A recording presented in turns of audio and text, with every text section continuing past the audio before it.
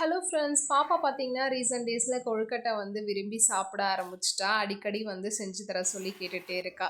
அவளுக்காக தான் பார்த்தீங்கன்னா நேற்று ஈவினிங் ஸ்நாக்ஸ்க்கு கொழுக்கட்டை வந்து ரெடி பண்ணியிருந்தேன். கொழுக்கட்டை பண்ணுறதுக்கு ஸ்டஃப் ரெடி பண்ணியாச்சு. கொழுக்கட்டை மாவு பிசைறதுக்கு கொஞ்சமாக வந்து தண்ணியில் உப்பு நெய் சேர்த்து நல்லா கொதித்த பிறகு மாவில் கொஞ்சம் கொஞ்சமாக சுடு தண்ணியை ஆட் பண்ணி நல்லா சாஃப்டாக பிணைஞ்சு எடுத்துக்கோங்க.